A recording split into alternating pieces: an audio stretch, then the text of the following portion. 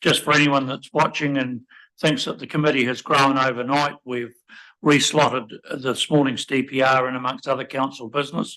So we're fortunate to have other councillors sitting in with us.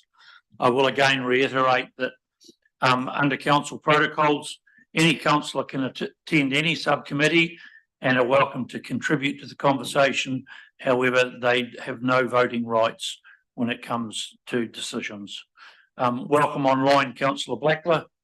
We appreciate you taking time out from valuable family time again. And I'm going to restart with the earthworks chapter that we were working through. And I understand, Councillor Hopkins, you had two further questions, please. Thank you, Mr. Chair. Yeah, look, two things. One, thinking about the matter of quantity of earthworks overnight, and I did inquire. It appears that our notion of earthworks includes earthworks relating to building platforms, and I'm just wondering whether, with the rural general zone, suppose we were to exempt earthworks related to building platforms, subject to disposal of any removed topsoil on site, and with that exemption kept the limit at 500 squares. So in other words, whenever you're doing a building, farm building, house, whatever, that is because you're going to have a building on top of those earthworks, exempt that. So then the only earthworks that would be considered under the would be anything that's unrelated to that. But so you'd have that exemption specifically and particularly for rural general. And I'd still like to see the rural scenic area amended as we discussed yesterday. The other question I had on page 265, this is one I didn't get a chance to raise yesterday because of the time constraints. I noticed we're allowing farm quarries as a permitted activity, but we're basically saying the farm quarry, you can't transport any aggregate on the road, you can't ship it out off the farm. Now, given the strife farming's in and the costs, well, you know, the pressures that farmers are confronted with, and also the nationwide shortage of quarrying material, I'm just wondering if that isn't a bit sort of prescriptive. Personally, why can't we allow a farmer to make a few bob with a farm quarry by selling some of the shingle or gravel to our contractors or some other party? So I doubt it would become a massive quarry. You might want to curtail the maximum quantity or the size of the farm quarry permitted, and I think it does that anyway. But I just wonder whether we aren't being a bit too prescriptive in that regard. So if I could get comment from the planners on those two, please, that would conclude my issues with this chapter. Just before I ask you to comment, Mr. Campbell, I do have a little bit of experience in this, in that I purchased a property that had quarries on it for the extraction of gravel, and they, back in 2010, had gone through a consenting process. So obviously, once they get over a certain size, Right. There must be a requirement. I read this as it being permitted in terms of extracting enough rock to maintain your own farm tracks and materials. What you're saying is that it could be extended to allow a commercial operation. Mr. Campbell. Thank you, Mr. Chair and Councillor Hopkins. Let's deal with the farm quarry one first. I guess we've got to be careful here in that it's set up to provide that on-farm ability to use material. And it can, by the looks of it, under per 3 across the road if there's farms on both sides, but that could be clarified. I guess if they're sort of quarrying beyond that, it would be looks like it's a controlled activity, I think. So it's probably not a major. We just have to be careful at the scope creep in terms of what they do. Now, look, if it's controlled, I'm happy. That means it can happen, but yeah, that's fine. Thank you.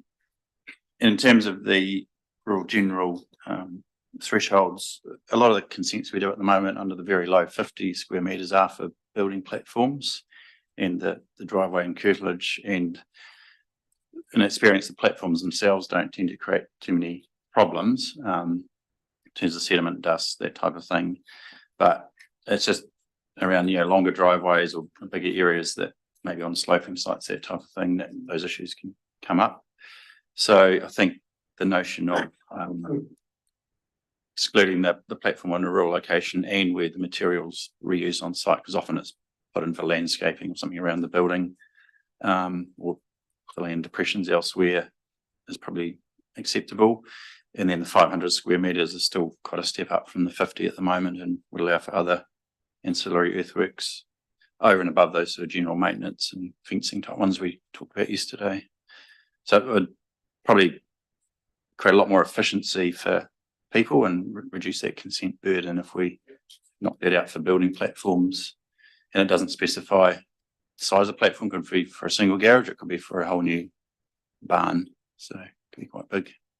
But at the end of the day, the soil is being covered by a building. It's just checking that the soil reuse on site is not going to cause issues. Well, I think I might be allowed to congratulate myself for having a clever idea.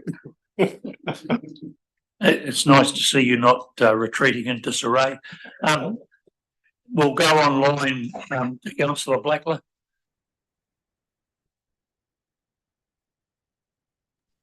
Yeah, thank you. Just wanted to support the what Councillor Hopkins had suggested, which is why I put my hand up. But it's good to see that we've got a resolution there, and on the back of the quarrying section, yesterday I raised that matter as well, and I just want to re-emphasise my concerns around the fact that someone could, I think it's above 8 hectares, just haven't got it up in front of me at the minute, but someone above 8 hectares could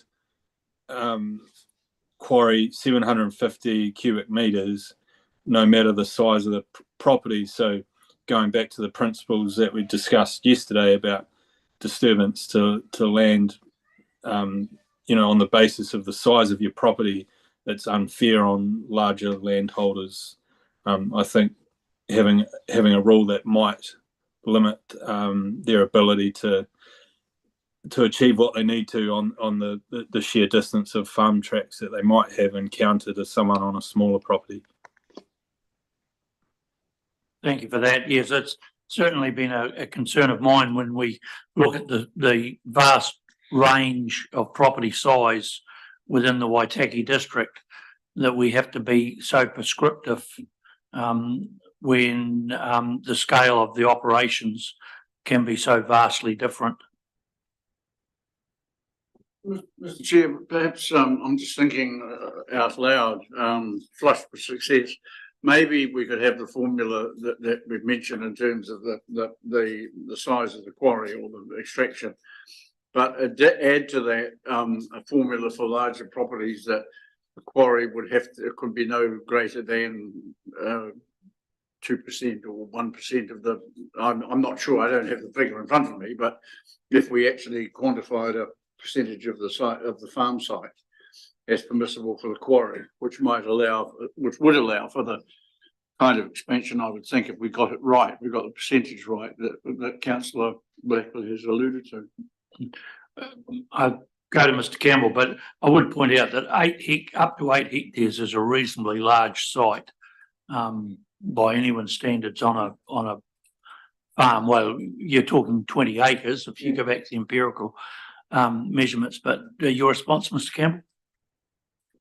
Thank you, Mr. Chair and Councillor Blackler. I guess too, just bear in mind it's a 750 cubic metre limit per 12-month period. So you can do a lot of quarrying over a period of years to re-gravel tracks, that type of thing. So it may not be that much of an issue if you're progressively doing it. It's more if they want to do a big one-off project that would get caught. So that's probably the thing to bear in mind. Setting limits and ratios, it's may not be triggered a lot when you look at if it's general farm maintenance type activities that tick away versus a big one-off project that would potentially trigger it, and then it would simply go to a restricted discretionary activity, so it's not too onerous in that respect.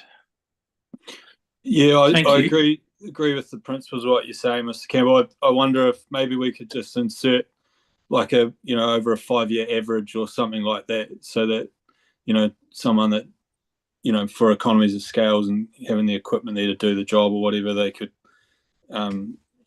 achieve it, but then go through a period of nothing in the years afterwards.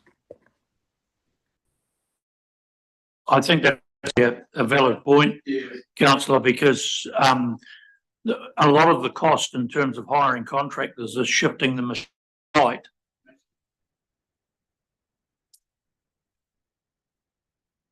I think you might just need to adjourn the meeting.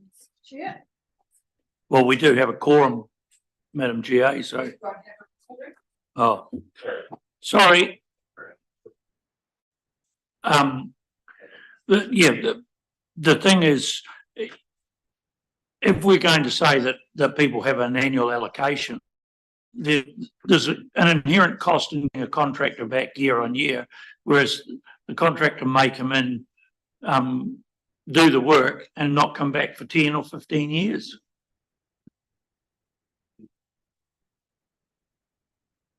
Nice to have you back, Councillor Blackler.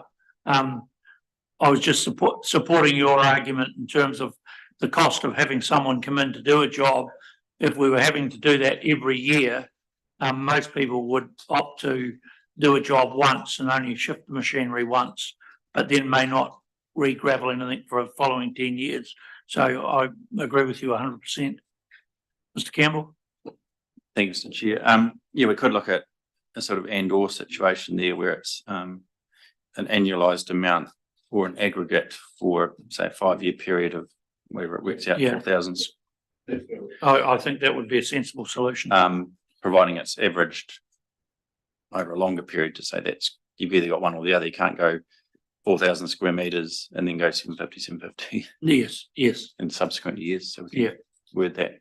The effect's largely the same in that the quarry exposure would be the same over that same period. It just happens in a 1 or 2 off event versus 5 lots of smaller events. No, I think that's a sensible solution. Is there any further questions or discussions on that before we move into? Mr. Chair, I'll move the adoption of the chapter with amendments as agreed. Well, I just sorry. Was wondering about the earthworks in the mining zone or mining activities, whether there was anything to come out of that. But if there's no questions, then I will take your motion. I don't have any. Mr. Campbell? Thank you, Mr. Chair. Just going back to the rural scenic quantity, Councillor Hopkins was requesting, we're just clarifying that it's would only apply to that zone and leave the 50 square metres in the Oamaru historic area because it's a lot smaller area. So I think we went for 100 square metres rural scenic and 50, just so it's split and not. Thank you. Yep, agreed. Thank you. All right, we have a motion from Councillor Hopkins saying that we adopt this chapter. Do I have a seconder? Thank you, Councillor Linwood. All those members of the DPR committee in favour, please say aye. Aye. Carried.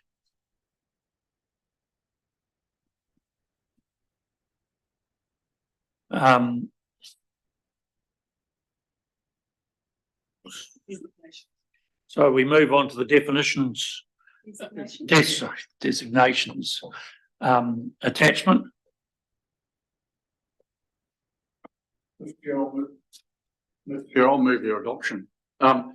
There's one, hang on, just bear with me for a moment.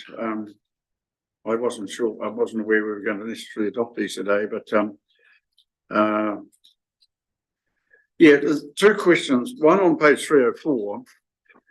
I noticed that we refer to the irrigation scheme. The headline says North Otago Irrigation Society, and yet the designation identifies the North Otago Irrigation Company. And I think that should probably be changed, and I was just thinking on if I can go to page 320. Think about. Or maybe 323. No, I'll be, if we're going to address that one, I'll find the other one and raise it with you guys in a minute.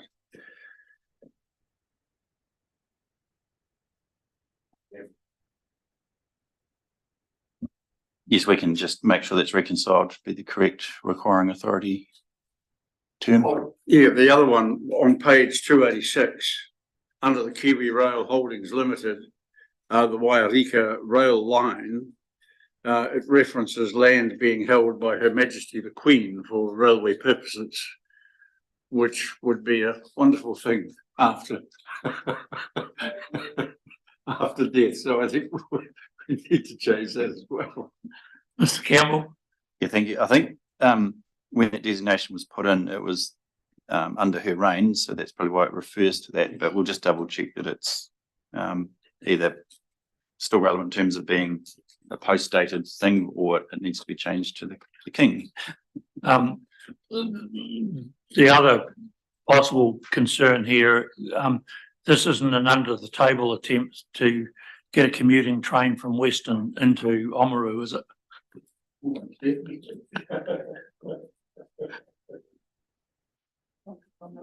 No.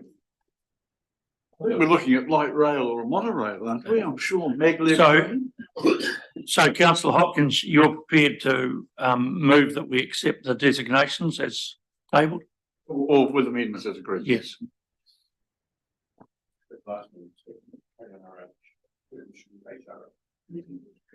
Do I thank you, Councillor Linwood. Those members of the DPR in favour, please say aye. Carried.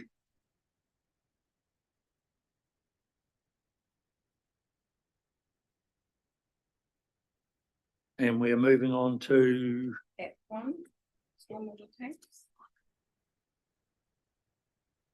the stormwater chapter.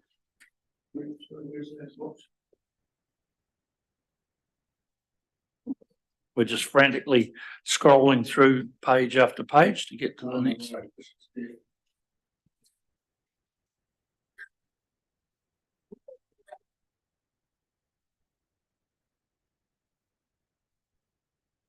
Oh, Mr. Chair, yeah, look, I did have one question on this. I think it was the only question. Well, I've got actually just as a, do lighting fixtures come into this, or is that separate again? Okay, so we'll come to that in a moment. I'm just with regard to the stormwater tanks, I just wondered, the detention tanks, which seems to be a very good idea. There's a reference here on 7 under acceptable solutions to there needing a manufacturer's warranty of at least 20 years. It did strike me that that's quite a lot longer than most warranties. And I really just wanted assurance from the planners that they had some industry awareness that that was a reasonable time frame. Campbell. Yeah, I guess we'd defer to our colleagues in building when, building consent normally guarantees things for 50 years, but I imagine it's a pretty standard period of term for a new tank at least, but it's just so that people don't locate a wonky old concrete tank that then collapses and causes issues. All I wanted was reassurance that it was kind of made sense from a manufacturer's point of view. Mr. Cook. Yes, Mr. Campbell referred to be related to the durability requirements under the Building Act. Thank you. Mr. Mayor. Thank you, Mr. Chair. I think a lot of people will be tempted to use those cubic meter type agricultural tanks. Pods, yeah. And just wonder, how they might fit into the description. Do they? I mean, that would be a good reuse of them, and it's a lot cheaper option for people. But how does that fit as far as the lifetime of them? Any ideas? There's certainly, I've seen them in a multitude of uses around the district. But I'm not sure of the prescriptive life of the plastic. I'm very supportive of this in terms of hydraulic neutrality and retention of stormwater. I just can't quite see the rationale of putting in a tank, preventing the water from going into our system while there's a rainfall event, and then releasing it afterwards. I would have thought that most properties who would be going to the trouble of capturing the water would be drinking it so that it wasn't infiltrated with anything else, or putting it on their gardens. But do you have an explanation, Mr. Cook? Certainly we need to be very careful about recommending drinking it, because under the Building Act, you can only issue building consent if there's source of potable water. So that would incur additional requirements inside the property to make that drinkable. Yes, perfectly fine for grey water activities such as flushing toilets or watering plants. And reference to the question that Mayor raised around the alternative tanks, I think you're referring to those PET containers. Yes. Yes, they wouldn't be, they'd have to present those as an alternative solution under the building code. And the person that wanted to put them in would need to provide evidence of their durability. Councillor Hopkins. Mr. Chair, what a weird name, but my understanding, and it seems to me, I don't wish to kind of clash with you, but it did seem to me to be an eminently sensible thing, because as I understand the rationale for these things, they capture water, a large amount of water in a significant storm event, but then they release it slowly into the system, so at a rate that the system can cope with over time after the event. And to me, that makes a lot of sense. Oh, I don't disagree with you. I'm just thinking from a personal point of view that if I could capture water off my roof and then use it around the property to maintain a garden or whatever, as against potentially down the track having to buy water. But no, I understand totally in terms of the hydraulic neutrality of and the trying to maintain a constant flow into stormwater rather than having huge events. Sorry, just supplementary. The other thing is the way I read this attached, or this particular section, the detention tanks don't appear to me to be compulsory. The detention tanks don't appear to be compulsory. They appear to be a suggestion if people wish to have them. Is that correct?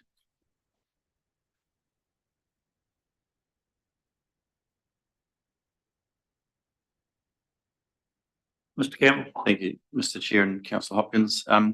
So the appendices provides a link back for the relevant chapters around stormwater, that type of thing. So, and it's really only on those, saying the focus is on smaller developments up to 10 residential lots, and includes the acceptable solution. And then further down talks about the same threshold up to 10 lots in urban zones, rural lifestyle and settlement zones. So it's giving people a bit of a steer as what you can do and the appropriate sizing. People can go bigger if they intend to. Certainly in rural areas, it could be a lot different options there. We've got larger roofs off farm buildings, that type of thing. So this is really in those smaller scale, more urban developments that don't have a lot of room to do on-site detention ponds, for instance. I know at the Observatory Lifestyle Village, they did a larger sort of stormwater pond there to deal with a greater area, but this is more where you've got some smaller infill sites of half a dozen lots or so. They don't have a lot of land space, but they could look at putting these fairly small tanks in to help manage that initial sort of flow off the roofs in particular. So it gives the advice as to what's appropriate in those situations. So it's not a one-stop shop for everything, it's sort of limited to those type of activities. Thank you. Councillor Blackler. Thank you. I just wanted to endorse what you commented on, Mr. Chair. I think you know, a good idea behind this would be to kill two birds with one stone around easing the demand on our water network for things that don't require treated water, such as gardening or cleaning your car or whatever. And the other thing, it might be a fundamental misunderstanding from having not read this document, you know, in absolute detail. But if you had, so currently there's the 2,000 litre tank for 125 square meters or less. So if you assumed 100 square meter roof in a 50 millimeter rainfall event, that's going to generate 5,000 litres of water. If the or is that why? I'm just trying to understand, like, if the tank's already full, is the desired effect that because not every property in Oamaru or whatever place where housing development has occurred, is this just to try and create a lag in the stormwater flow with new development, recognizing that much of the development will hit the peak flow at a much earlier point if the rainfall event exceeds the capacity of the tank itself? So that's my first question. And the second question is, in the context of our town, I'm not sure if the rule around the tanks needing to be above ground level is needed in all cases. And I just wonder if there's an opportunity to reconsider that, or there might be a specific reason why that's required. But again, I'm just saying, in the context of our town, where there is good gradients out to stormwater, in many cases that rule might not be required. Mr. Campbell, your response? Thank you, Mr. Chair and Councillor Blackler. So yeah, the first question, it is correct. It's trying to sort of knock off that peak stormwater, given that most of the town won't have these solutions. So it would pick up the new development and try and stop it getting a higher peak. Obviously, if there's two quick rainfall events in a row and the tank's already full, then it's going to be flooding anyway, so it won't prevent that. But we just hope that it's a one-off. You can never design for the worst case scenario, which could be quite different. In terms of the underground provisions, I mean, the guidelines are just giving a typical design there, but certainly if you had a site that could lend itself to gravity to discharge the tank later on, then you could do that. If it's on a flat area, you'd have to look at pumping to empty the tank. So there could be a range of solutions depending on the site, but there's no requirement to that stops them being underground or partially underground. Thank you. Mayor Kircher? Yeah, I just want to make sure we're future proofing things as best as we can. And, you know, if you look at technology overseas in some of the metro areas and so on, where they actually have controlled tanks. And so they basically capture the stormwater, they hold that, and can be used on the property and so on, but centrally controlled by the water authority. So if there's a storm coming, the water authority can start letting the water out, go into the stormwater system. And so when the rain does hit, there is capacity in the tanks. So there's a lot of smart solutions that are out there, and whatever we do, we don't want to sort of cut out options or limit it. We need to have it in broad terms. So, you know, we don't need to specify above ground. Actually, if there's fall, and it can be below ground, there's you know, all sorts of shapes of tanks.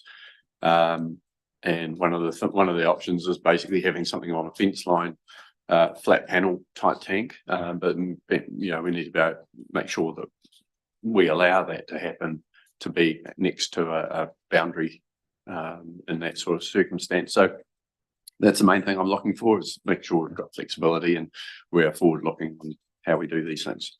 Thank you. Thank you. Any further discussion on this chapter or appendix? Yeah.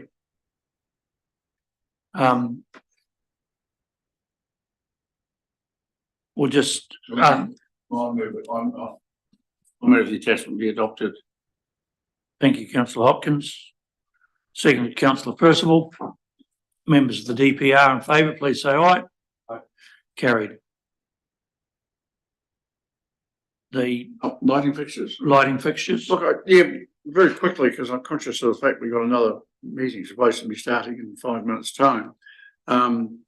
I'm just curious to know why we are discouraging this, that we're showing here a whole lot of lighting fixtures and we're saying which ones are acceptable and which ones aren't. And when I look at the ones that are, and I'm not sure I like the word discouraged, because we either say unacceptable, acceptable, as the wording is on the right-hand side of the page. Discouraged is problematic, I think. But why are we?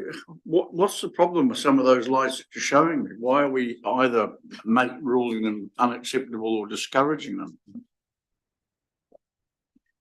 Mr. Campbell.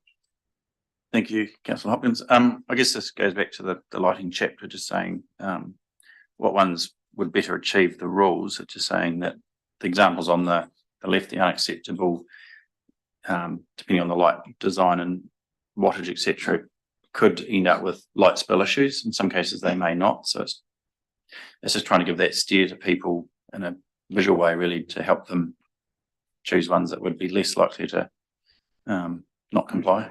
But we can take that word discouraged out.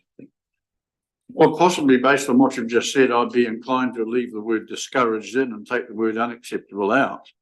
I mean, because what you're saying is you're kind of pointing people to look at the acceptable ones because these others produce glare and light trespass.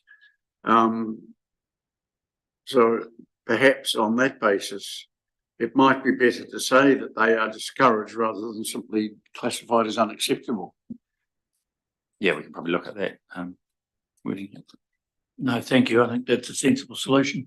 I'm happy to move from the chair that, subject to those changes, that this is accepted by the DPR subcommittee, seconded by councillor Hopkins. I know, Cook wants to say something. Sorry, Mr. Cook, I wasn't looking over my right shoulder. I'd just like to confirm with Mr. Campbell that there would still be sufficient provisions in the lighting chapter to enable enforcement from floodlights from neighbouring properties shining into people's.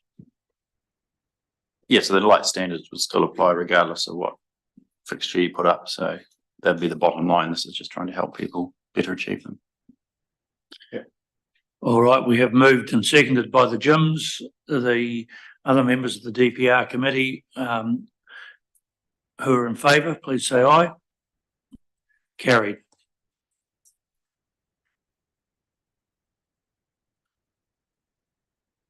We move on to the proposed medium density residential design guidelines. Mr. Chair, I would move. These are not in the plan. They're going to sit outside the plan. I believe that both of these documents would benefit from simplification and shortening. I would suggest, my suggestion is as follows, that the subcommittee works with the planners to simplify and shorten both documents to make them more user friendly, and publishes them later after they've been presented separately to the council. If we go through them today, we're going to gobble up far too much time. Yes. And they will sit at, they're not in the plan. The other matter that I do believe the planners need to sort out, and they haven't sorted it out and has to be in the plan, is the process by which the guidelines will be assessed or implemented. And to my mind, given that in each case they're architectural, you're going to have some form of evaluative committee or assessment from persons who are properly entitled to give an opinion.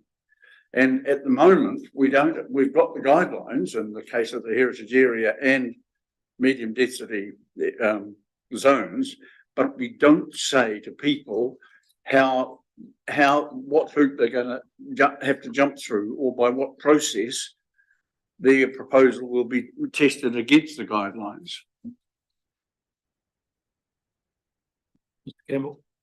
Thank you, councillor Hopkins.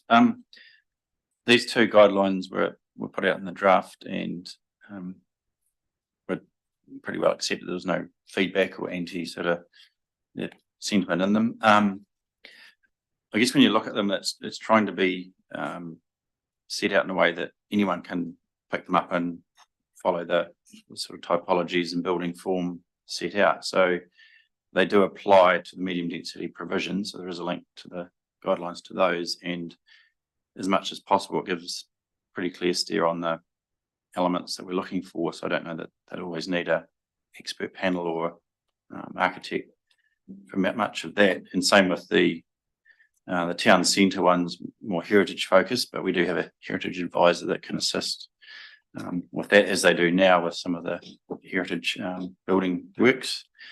So, given they were consulted on and didn't get a whole lot of feedback, we feel they are still fit for purpose, designed to be sort of easily read and implemented by a layperson. That's why they are a guideline, not sort of rules. The rules sort of work in tandem with them. So it's just trying to give people that steer and use as much visual assistance as possible in terms of building form, materials, that type of thing. So again, we could test it through the proposed process just to make sure that it is still a community view on them. If we decide at a later point we need a different way of evaluating them, then that could happen as a process thing rather than district plan matter at this stage. So I'm still, look, here's the problem. You've got a whole lot of rules about the design and appearance of buildings. Now you're saying they're guidelines.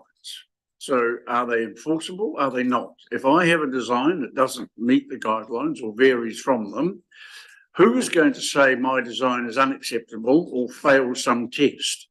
And when we tell the whomever that the design has failed the test, and they say on what basis? Who decided this? What qualifications do you have? We need to be clear as to what weight we're going to attach to the guidelines, by what process they will be assessed, so that people have a clear understanding. I hired an architect. The architect has designed me a wonderful medium density building. I show it to the planners and the planners say, oh, we don't like that. It doesn't meet the guidelines. And the applicant says, but my architect designed this. Who's your architect? So there is an issue here that we continue to fudge and evade. We have to have, in my view, a process. We're going to have these guidelines. People need to know what the process they have to undertake to go through them. Katrina? Thank you, Mr. Chair. Just in referring to Councillor Hopkins' questions around the process, in terms of the application of the rule, there is a requirement under the rule which requires under Section 88 of the RMA for a design statement undertaken by a suitably qualified person demonstrating how the design of the development considers the guidelines. So that's a requirement under the consent process. So then at that stage, we would look then to get a peer review undertaken of that design statement that was provided with any application that came in. So we should say that we're going to have these things peer reviewed. And if a suitably qualified person is going to provide the design statement in the first instance, then the peer review has to be undertaken by somebody with similar qualifications, and we need to say so. That's the point I'm trying to make. I have familiarity with this because we had exactly the situation in Akaroa. And there we had two heritage architects and a community member who actually assessed any designs in the area of Akaroa that was deemed to be a historic zone or precinct.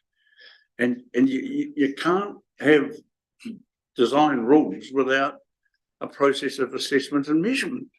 I think the discussion is around, I don't see rules written here, I see guidelines. So I totally accept what you're saying about how enforceable is a guideline. Mr. Campbell. Yes, so just further to Katrina's comment there, I think the rule could have an inclusion around the fact that it it may be peer reviewed. So if it's really obvious that they achieve the guideline, then we're not going to spend any time and money peer reviewing. If it's looking a bit inconsistent, then we might say, well, it needs a second look. And I think with the heritage or town centre, that's a lot easier with a bit more in-house resource for that. But it's probably the medium density that we need to say when it is triggered, which is for the multiple units, so not every single development. When it is triggered, they're obviously spending a lot of money doing a larger design. We'd want to have a look at that. But if it's clear it is consistent with it, we wouldn't necessarily get a peer review. If it's a bit unclear, then we would put in the rule, it may need to be peer reviewed. That would probably satisfy that. So people are clear. If you achieve it, obviously, tick, move on. If there's a bit of doubt, we may get a second opinion. So that would, I think, address it. So you would insert a statement to the effect that if your proposal was within these guidelines, it will happen. If it is outside, it will require a peer review, may require a peer review. Councillor Blackler?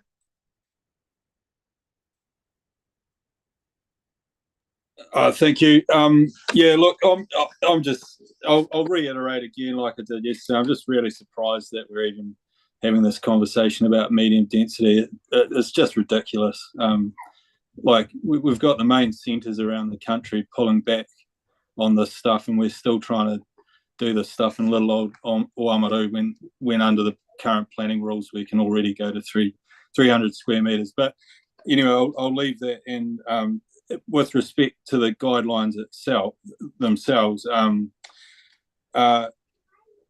my thinking is throughout the conversation as to others' views around the need for medium density, there's been a lot of discussion around the fact that the objective is to create smaller sites and choice for those wanting to downsize. And so, given the demographic makeup of our community, it's most likely that the elderly cohort that would use these spaces. So I would like the guidelines to require design considerations for people that have, and again, it doesn't need to be a fixed rule, but there needs to be evidence that the design has given consideration to those that may at some stage have challenges with their mobility in terms of the functional layout of the property, because there may be a time when the person that resides there will not be able to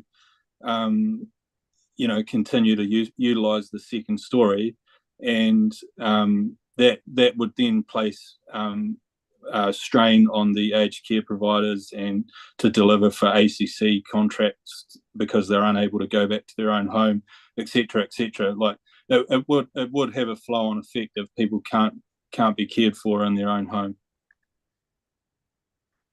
Mr. Campbell? Yeah, thank you, Councillor Blackler.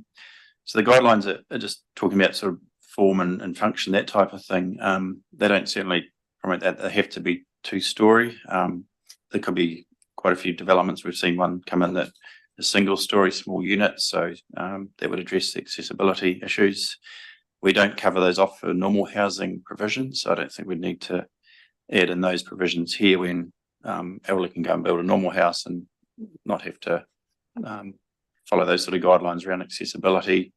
So just have to be careful there in terms of how prescriptive we get in that space. So I think, these are only guidelines around the form and function aspects as opposed to the kind of internal workings and stairs and lifts and things like that. But that certainly doesn't promote they have to be two-storey. So there could be developments of single-storey buildings that would suit elderly that have mobility issues.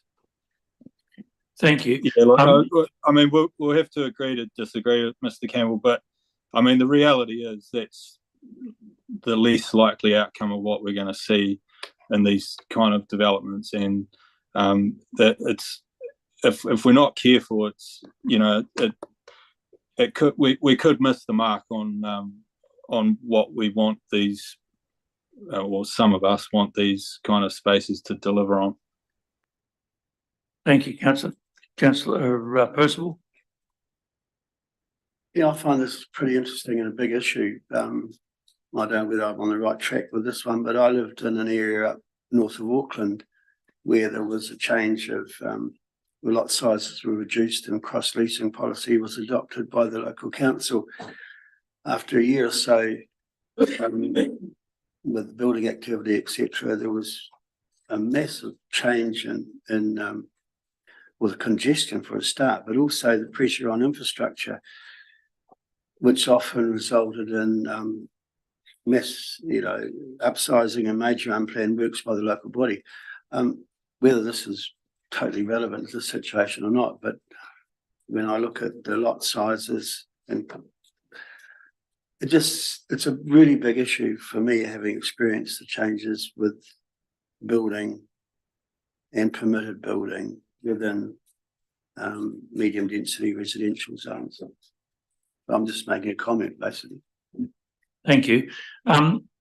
Look, we're out of time. We need to resolve what we're doing here. Councillor Hopkins, do you have a solution or? Yeah, look, I still believe if the documents stand, they are, in my view, far unduly middle class and academic.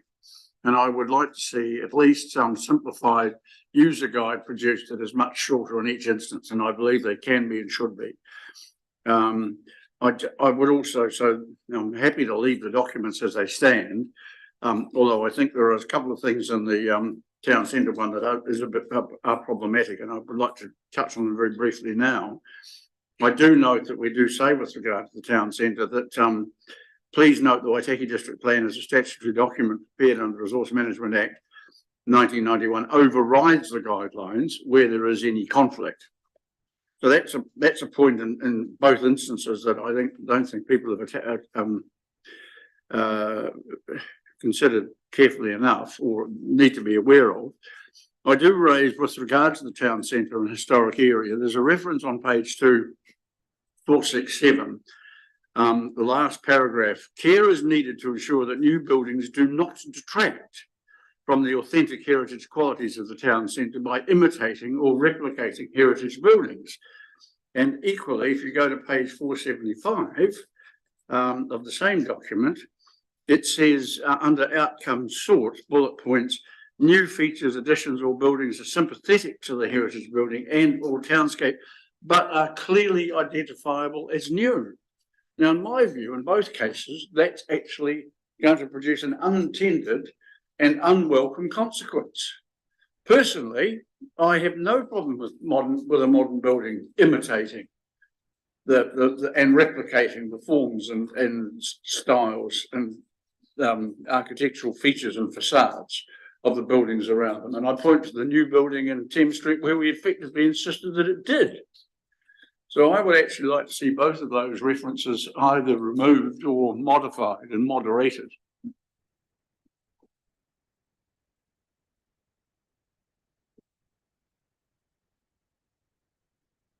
Councillor Blackler?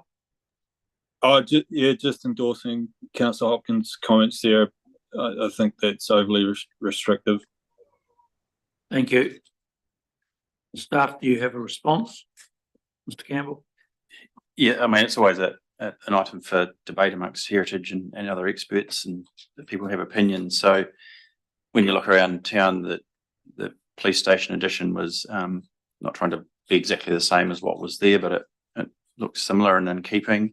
The same concept's been used for the art gallery extension. So it's, kind of a new build that it's obvious that it's new, but it's got some features that help integrate with the old. So we don't want a sort of faux heritage building that's trying to look exactly the same as what was there or something next to it. So that's kind of the intent there, but also further down, as Councillor Hopkins pointed out, it's acknowledging that there can be new features and additions that are acceptable, but they don't take away from the overall heritage building appearance. But it's probably just a change in that descriptive wording at the introduction that can clarify that, saying that it's the imitation factor that can look a bit out of place and weird.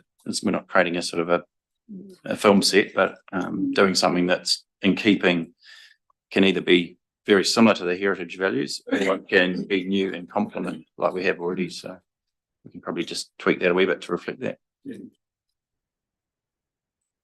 Mayor Kircher, Yeah, I'm a bit both ways. If someone's considering building a house or, making a major alteration, reading a couple extra pages is not an issue. I think it's better to have more information for them rather than less. Anyone who's built before will know that they've spent a long time researching. These are guidelines, and as long as they are simply that, that's fine. I think it's when you start getting very prescriptive and making them rules, that's when you do get problems, because you just can't foresee everything that might happen. But as guidelines, it's working along the lines of best practice. Because it's not within the district plan, it's probably able to be updated more regularly, and maybe that's something that needs to be considered as scheduling an update every 5 years or something like that, to make sure that it is in keeping with whatever's happening. So that's the only comments I'd make on that one. Thank you. no, thank you. I think that's quite sensible.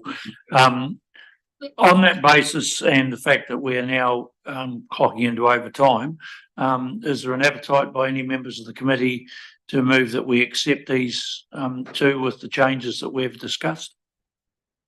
Reluctantly, yes. Moved reluctantly by councillor Hopkins. Do we have a seconder? Thank you, councillor Linwood. Members of the DPR committee in favour, please say aye. Aye. And Against, you want that recorded? and recorded by me, please. So those councillors Blackler and Percival have voted against.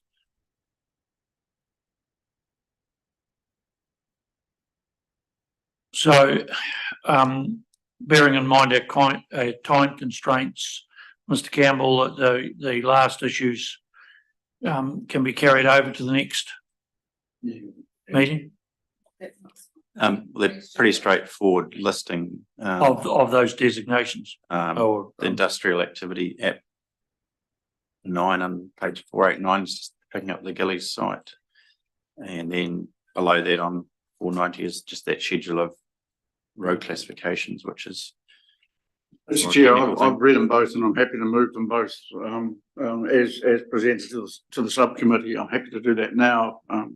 I have no questions about or issues with either document. Having read them as well, I'm happy to second that.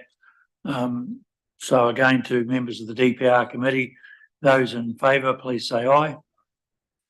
Those against? Carried. Mr. Chair, just I'm conscious of time. Do we need to move the first recommendation, or have we done that by doing it individually, chapter by chapter? First recommendation is that this plan review subcommittee recommends that council approves the following chapters, and then We've done them chapter by that's chapter. fine. Yes, I'm going to move that the council approves an application be made to the committee recommends that council approves an application be made to the Environment Court. We have to do that, don't we? Because we're not the council, so all we can do is recommend that to the council, correct? Needs to go to the council meeting tomorrow. Yes. So I move that the district plan review subcommittee recommends that council approves, etc., as on page 7 of our agenda. Mr. Campbell? Yeah, just clarifying that the rule referred to in the rural general zone or any other provisions that have changed would pick up those changes as a result of today and yesterday's meeting. So that would be the rules as agreed through this process, as opposed to the previous rules. So there's been some minor changes, particularly on the earthworks one. Just so you're clear that that's what Phrase that we do include in that sentence. the rule references remain the same. It's just that any subsequent amendments as a result of this committee meeting today and yesterday that might have changed those rules, you're aware that that's what you're recommending have immediate legal effect. So the rule references are the same. It's the rule content's been amended by this process. The intent's still the same. Yes. Roger, you're not talking about that. preservation. Sorry, there is no need to talk about it. The planning manager has advised the committee that it's made some decisions that mean that the relevant rules are slightly different than the ones that were considered 48 hours ago. The information he's given us is for our benefit, that the resolution can stand exactly as it is, in my view. Do we have a seconder to that?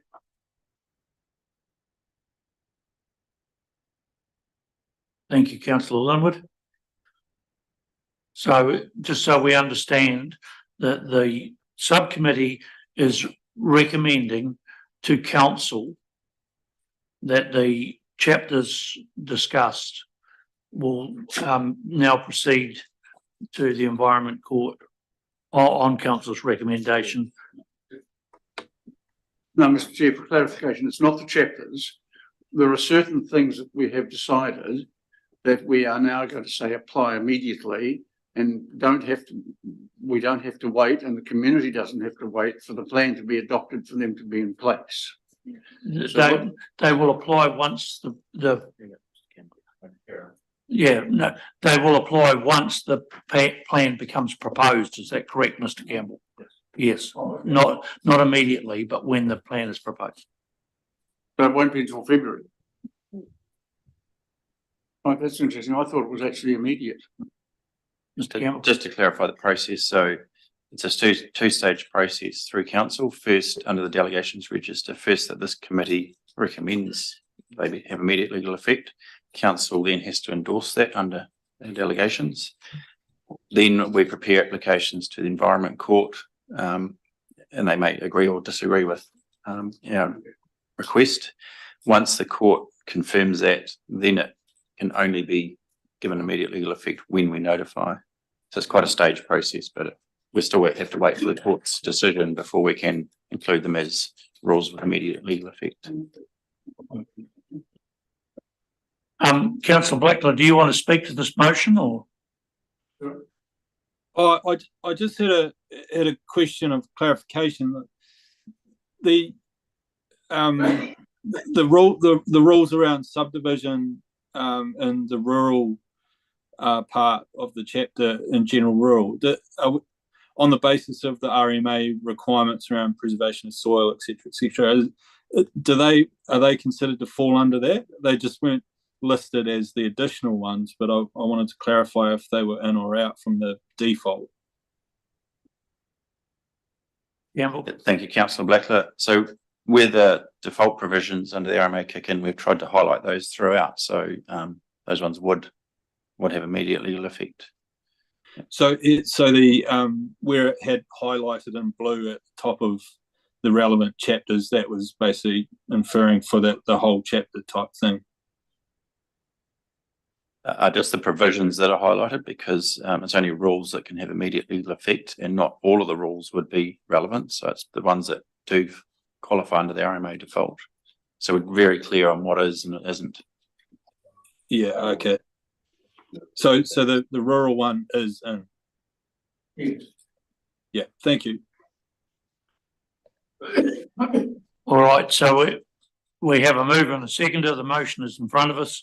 Those members of the DPR who are in favour, please say aye. Aye. And those against? That is carried. Thank you very much, everyone who's put their shoulder to the wheel this morning and got that completed as required. And that brings to a close the meeting of the District Plan